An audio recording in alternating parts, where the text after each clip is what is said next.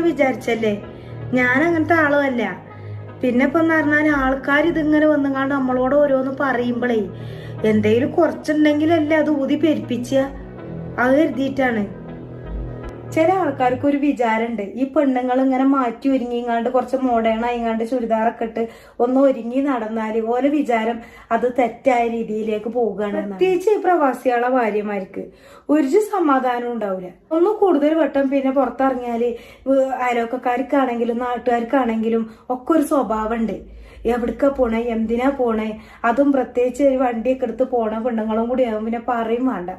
പിന്നെ ചില ആണുങ്ങളുണ്ട് ഭാര്യമാരെ പണിക്ക് വിട്ടുങ്ങാണ്ട് ഇതേപോലെ ബസ് സ്റ്റോപ്പിലായിട്ടും സ്റ്റാൻഡിലും അങ്ങാടിയിലും അവിടെയും ഇവിടെയൊക്കെ ആയിങ്ങാണ്ട് ഇങ്ങനെ ഭാര്യമാരെ പണിക്ക് വിട്ടുങ്ങാണ്ട് ഓലിങ്ങനെ കണ്ണി കണ്ട പെണ്ണുങ്ങൾക്ക് എന്താ പണി, എങ്ങോട്ടേക്കാ പോണത് വരുന്നത്, സെൻസസ് എടുക്കാനായിട്ട് കുറെ എണ്ണ ഉണ്ടാവും.